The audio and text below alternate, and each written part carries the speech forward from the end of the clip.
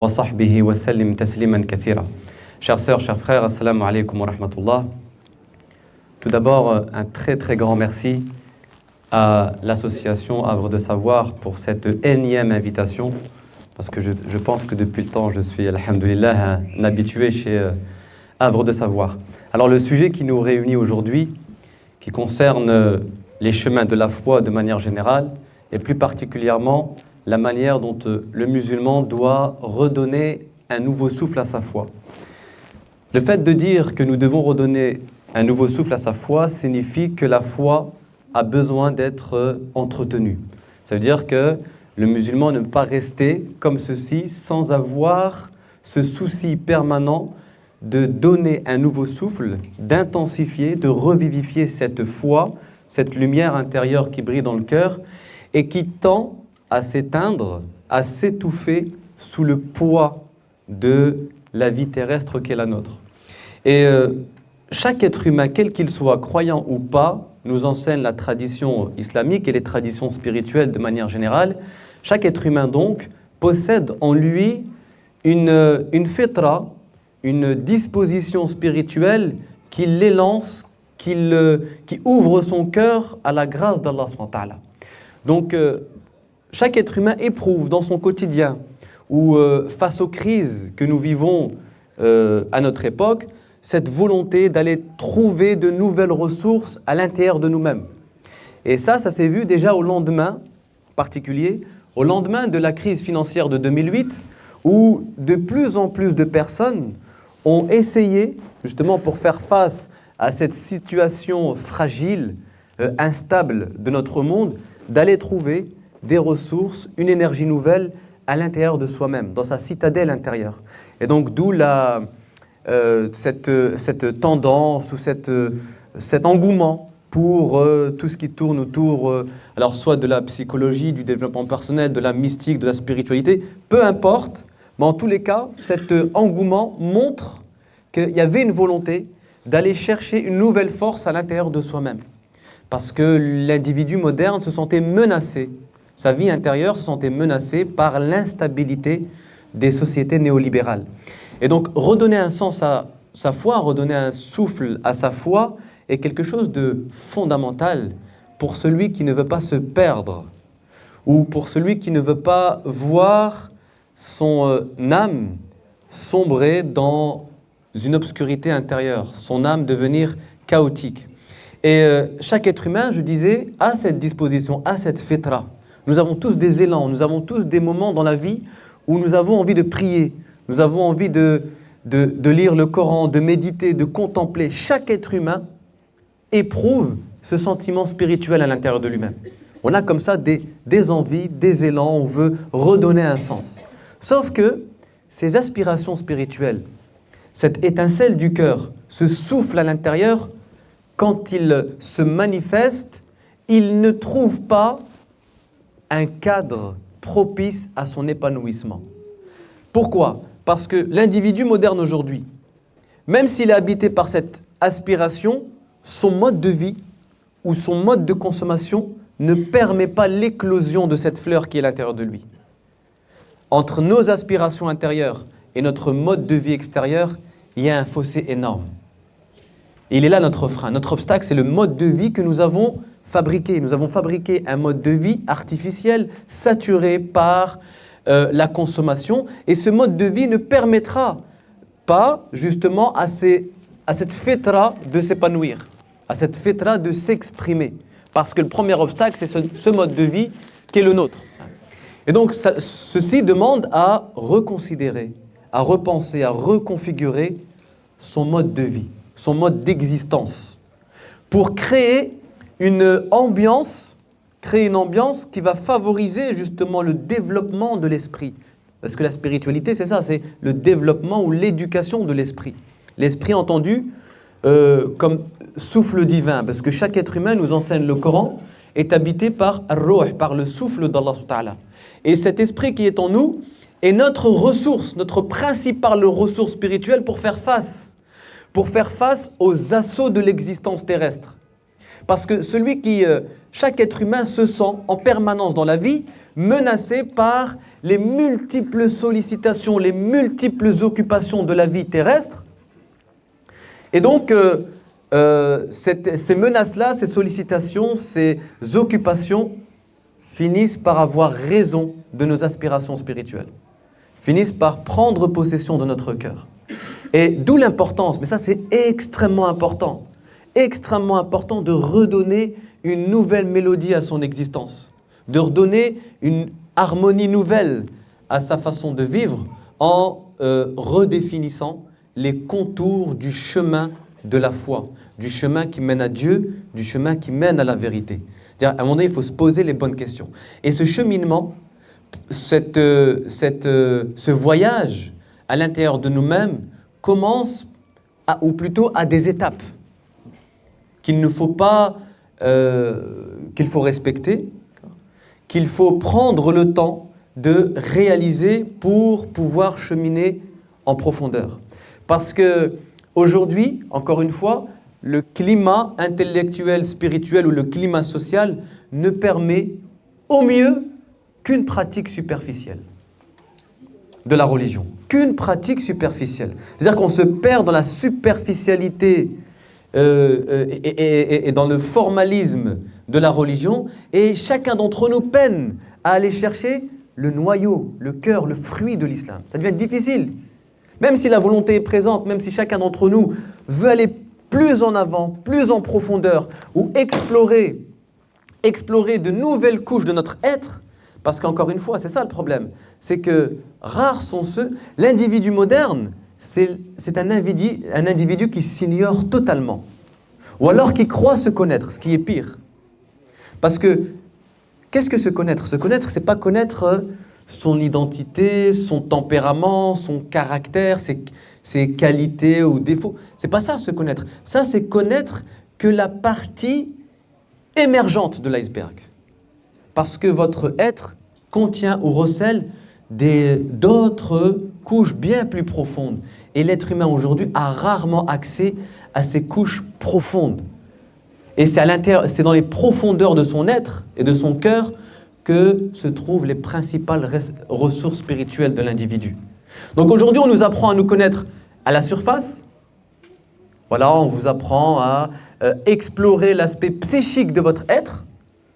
L'aspect psychique, jamais la dimension spirituelle. Parce que l'être humain est avant tout un être capable de contempler les cieux.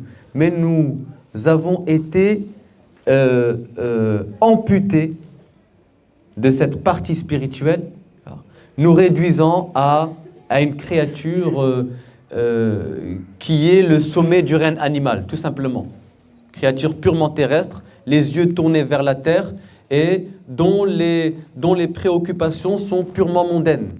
L'être humain aujourd'hui, si chacun s'intéressait à son mode de vie, il verrait qu'il passe son temps à compter son argent, à calculer ses factures, à épargner, à construire des murs, à organiser ses vacances. En fait, tout est mondain. Et c'est pourquoi cette vie-là que nous menons est agressive. On n'arrive pas à la supporter. Vous savez pourquoi? Parce qu'elle ne correspond pas à notre nature. Pourquoi l'être humain aujourd'hui semble étouffé, asphyxié ou mourir à l'intérieur de lui-même? Parce qu'en fait, il mène une vie qui est contraire à sa nature spirituelle. Ça, c'est très important. Donc, redonner un sens à sa vie et faire en sorte que la foi, que la vérité, que Allah subhanahu wa ta'ala devienne le centre de mon existence et tout le reste devient périphérique. Le malheur aujourd'hui, c'est que nous avons inversé les valeurs. C'est que nos occupations mondaines sont devenues le centre et la pratique religieuse la périphérie. Alors que l'islam avait pensé la vie sociale, écoutez bien, elle avait pensé la vie sociale à partir de la prière, à partir des heures de la prière. Tout se construisait, se bâtissait à partir des 5 prières canoniques. Et que la vie professionnelle, la vie sociale, la vie familiale ne sont que les prolongements de cette prière. Que les prolongements de cette prière, tout simplement. Ça, repenser, réinverser les valeurs, redonner un sens aux choses, retrouver cette hiérarchie originelle. Il y a un ordre, il y a une hiérarchie dans dans les valeurs. Et donc, retrouver cette harmonie qui va nous permettre justement cet épanouissement intérieur. Et cet épanouissement, se remettre en quête, parce que c'est ça le problème, c'est qu'on a beaucoup de gens qui pratiquent, mais qui ne sont plus habités par cette quête intérieure. Il n'y a plus de quête au fond de nous-mêmes. Il n'y a plus cette volonté de connaître un peu plus Allah subhanahu wa ta'ala, se rapprocher davantage de la vérité. Et les gens qui sont habités par la quête, par une quête, ont un mode de vie particulier, qui contraste avec le mode de vie du consommateur moderne, ou de l'individu moderne. Parce qu'il va tout faire pour que dans son mode de vie, il y ait un espace d'expression de sa quête. Des temps où il va s'isoler parce qu'il cherche des réponses à sa quête. Des temps où il va méditer parce qu'il veut se rapprocher d'Allah subhanahu wa ta'ala. Un temps où il va lire parce qu'il est habité par cette quête. Quand nous n'avons pas cette quête, on peut pratiquer autant que nous voulons notre prière, nos jeûnes, notre lecture du Coran n'auront aucune substance, aucune valeur spirituelle. Aucune valeur. La quête, se remettre en quête. Parce que, encore une fois, nous sommes en voyage. Et l'être humain, c'est quelqu'un, celui qui porte la foi, c'est quelqu'un qui est dans un éternel pèlerinage. Nous sommes des éternels pèlerins. Et le pèlerin, ce n'est pas uniquement celui qui va visiter la Kaaba. Le pèlerin, c'est celui qui, tout au long de sa vie, cherche Dieu. C'est celui dont Dieu sature tous les instants de son existence. Tous les instants de son existence. Et c'est ça être un pèlerin. Un musulman, c'est un pèlerin. Le pèlerin, c'est le contraire du touriste. Là où il se trouve le croyant, même en vacances, il ne se sent jamais comme un touriste. Parce que le tourisme, c'est une logique de consommation, encore une fois. On est là à visiter de manière superficielle des pays, puis... mais le pèlerin, non. Là où il est, le musulman, là où il est, il se sent toujours comme un pèlerin. C'est-à-dire qu'il est toujours là. Ce qui l'anime, c'est trouver Dieu. C'est de repérer, de discerner l'empreinte divine là où il se trouve. Et de percevoir chaque chose comme un signe d'Allah subhanahu wa ta'ala qui vient justement lui donner les moyens de revivifier sa foi. Parce que Allah subhanahu wa ta'ala, dans sa générosité, dans sa miséricorde, se manifeste en permanence dans le quotidien de l'homme pour lui donner un soutien, mais Allah, ou cette lumière divine, trouve systématiquement face à elle des sourds et des aveugles. Chaque épreuve que nous vivons, chaque expérience que nous faisons, chaque chose, chaque élément de la création, toutes ces choses-là sont des signes qui nous parlent et qui sont là pour nous servir de support. Pour nous servir de support d'élévation, pour nous servir de support de contemplation. D'ailleurs, j'entends beaucoup parler, surtout ces derniers temps, des signes de la fin des temps.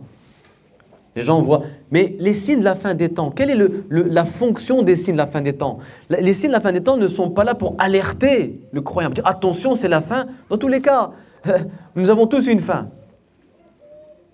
La mort, c'est la fin de notre temps. Donc les signes ne sont pas là pour alerter ou pour créer un sentiment de peur, de crainte. Sentiment de peur, de crainte. Non, ce sont des signes qui ont pour fonction de réaliser spirituellement. En fait, les signes de la fin des temps agissent comme les signes de la création, comme les signes qu'il y a dans une épreuve.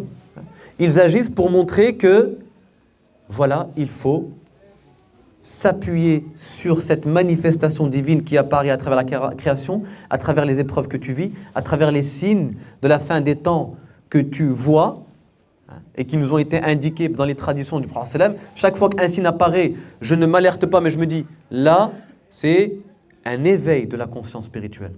C'est que je le perçois comme un éveil, pas comme une alerte. Ça vient m'éveiller. Ça vient m'informer sur le sens de la vie. Et c'est ça, redonner un nouveau souffle à sa foi. Mais, encore une fois, ce souffle n'est possible qu'en respectant un certain nombre d'étapes. Et la première étape de celui qui veut renouer avec la vérité, de celui qui veut revitaliser cette quête intérieure, c'est de s'arracher un temps au vacarme de l'existence humaine. de s'accorder des moments, et ça j'insiste souvent, que ce soit dans mes interventions, que ce soit dans mes écrits, j'insiste souvent sur l'importance du silence. Parce que le silence est un luxe aujourd'hui. Le silence est un luxe. Et pourquoi j'y insiste? Parce que ça participe de la tradition islamique. Ça participe de la tradition islamique. Le prophète sallallahu alayhi wa sallam dit dans un hadith Arba'un la yusabna illa bi'ajabin. 4 choses ne se réunissent qu'exceptionnellement chez un même être. 1, il dit le silence. Wa huwa awwalul ibada. Et c'est la première forme d'adoration. Le silence, il commence par ça. Ensuite, il va dire l'humilité, le zikr, l'invocation et le contentement. Mais il a commencé par le silence. Le prophète sallallahu alayhi wa sallam n'a reçu la révélation, encore une fois, que lorsqu'il s'est retiré du bruit de la Mecque et trouvé le silence dans la grotte de Hira. Il s'est montré disponible. Pareil, on retrouve ça même chez Zachariah, chez Maryam, où Allah à chaque fois leur enjoint, tu veux que je réponde à ton invocation? Observe le silence pendant tant de jours. Relisez surat Maryam. Chaque fois ce rapport au silence. Mais le silence ici, c'est pas une invitation au mutisme. Non, c'est un silence intérieur. Ça veut dire mettre fin au bruit qui nous empêche, ce bruit intérieur, qui nous empêche de nous concentrer dans la prière, qui nous empêche de pratiquer le dhikr, qui nous empêche de lire le Coran. En fait, c'est ça qui nuit notre concentration, notre khushu'. C'est parce qu'il y a trop de bruit en nous. C'est parce que les images multiples de la vie occupent notre conscience et cette conscience ne parvient plus à se rendre disponible à la sagesse d'Allah subhanahu wa ta'ala. Notre conscience est saturée par les images de la vie.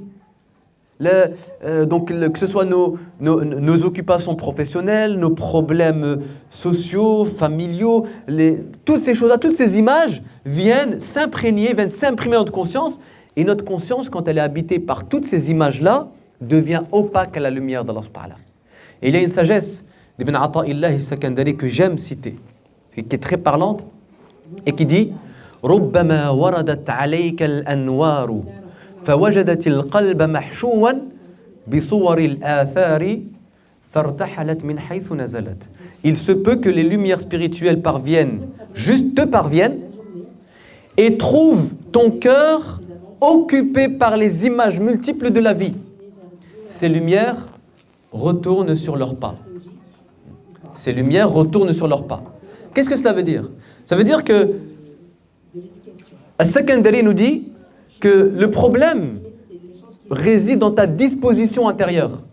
C'est parce que ton cœur est occupé par les images multiples de la vie qu'il ne parvient pas à accueillir la lumière d'Allah subhanahu wa ta'ala. Si dans ta prière tu ne parviens pas à entrer dans la proximité de Dieu, c'est parce que ta conscience est occupée par les sollicitations de la vie. Voilà pourquoi le silence va nous permettre un travail de purification intérieure, un travail de cheminement intérieur en débarrassant la conscience, en débarrassant le cœur de toutes ces images qui font écran, qui font obstacle à la manifestation de la lumière d'Allah subhanahu wa ta'ala. Alors je pense qu'il y a...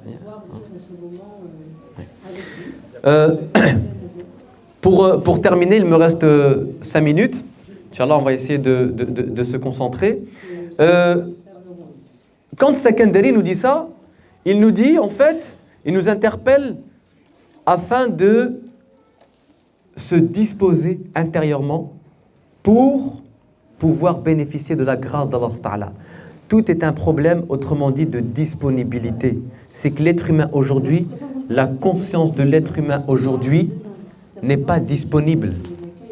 Allah parle à l'homme, mais il trouve l'homme occupé par sa vie terrestre. Il trouve l'homme occupé par sa vie terrestre. L'homme n'est pas disponible. Il est occupé. Et c'est une notion qui est propre à l'individu moderne. C'est quelqu'un qui est systématiquement occupé.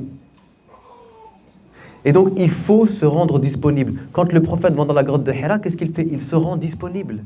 Il se met en état de réceptivité de la lumière d'Allah subhanahu wa ta'ala. Il se met en état de réceptivité. Il faut se rendre disponible. Il faut faire en sorte de ponctuer son existence par des moments de retrait ou de retraite spirituelle. Je m'arrache, je cesse d'être le jouet des sollicitations de la vie. d'être la victime ou la proie de mon âme. Je cesse pour redonner une nouvelle impulsion à ma foi, à cette lumière. Cette lumière a besoin d'être attisée, sinon elle risque de s'étouffer. Elle risque de s'étouffer. Donc, s'arracher, ça ne veut pas dire qu'il faut aller vivre dans une grotte ou dans... Non, ça ne veut pas dire ça. C'est ponctuer. De temps en temps, quand on sent que nous avons été pris au piège des sollicitations de la vie, je m'arrache. Et je recentre les choses. Je recollectionne mon être. Je me réunis. Je recollectionne mon être qui s'est laissé disperser, éparpillé par les multiples sollicitations de la vie.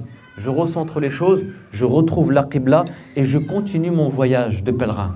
Je reprends mon aventure spirituelle vers Allah, vers la vérité. Et c'est ça, il faut cesser de papillonner. En cessant de papillonner, on retrouve la profondeur de la vie spirituelle. Dans le Coran, Allah dit, dans Surat Al-Qari'a, Al-Qari'a ma Al-Qari'a wa ma adraka ma Al-Qari'a, yawma yakunu an-nasu kal-farashi al-mabthuth wa takunu al-jibalu kal-'ihni al-manfush. Le fracas, le jour du fracas, qu'est-ce que le fracas? C'est le jour où les hommes seront semblables à des papillons éparpillés, le jour où les montagnes vont s'ébranler, s'émietter. Mais qu'est-ce que ça veut dire? Ce sont des images qui sont extrêmement frappantes. Et sachez que le Coran est un livre de symboles. Ce n'est pas un livre qui raconte des histoires, ça veut dire qui nous raconte le passé. Non, le Coran, c'est une parole qui est actuelle et qui parle à l'homme dans son actualité. La parole d'Allah est contemporaine à toutes les époques. Ce n'est pas un livre qui nous raconte le passé et ce n'est pas un livre qui prédit l'avenir seulement. Il y a ces deux aspects, mais pas seulement. Il y a le présent aussi. Il nous dit qu'un jour, le monde va être fracassé par l'individualisme, où les sociétés vont s'atomiser. Chacun va se retrancher dans sa petite vie privée, n'ayant plus aucun souci pour la vie de la communauté, de la société. Et Allah nous dit, ce moment de fracas, comment il va s'exprimer, se traduire? Eh bien, tu verras, les êtres humains vont papillonner. Et les montagnes, qu'est-ce que cela signifie? Les montagnes, la montagne, c'est le symbole de la consistance. C'est le jour où le monde perdra de sa consistance. Les gens deviendront très superficiels. Les gens vont vont cultiver leur apparence, vont cultiver l'extérieur et ils n'auront plus aucune profondeur. Et il n'y aura qu'à les côtoyer, les fréquenter, parler avec eux. Tu verras, il n'y a rien dedans, ce sont des coquilles vides. Ça, c'est le jour du fracas. On aura perdu le sens de la profondeur. Et donc, redonner un sens à sa foi, c'est se remettre en chemin en tant que pèlerin vers la connaissance d'Allah subhanahu wa ta'ala. Et même si nous n'atteignons pas la connaissance d'Allah, ça veut dire que nous mourrons avant d'atteindre la connaissance profonde d'Allah. Eh bien, on meurt martyr sur ce chemin-là. Wallahu a'lam wa a'la wa ahkam wa sallallahu ala sayyidina Muhammad wa ala alihi wa sahbihi wa sallim tasliman kathira.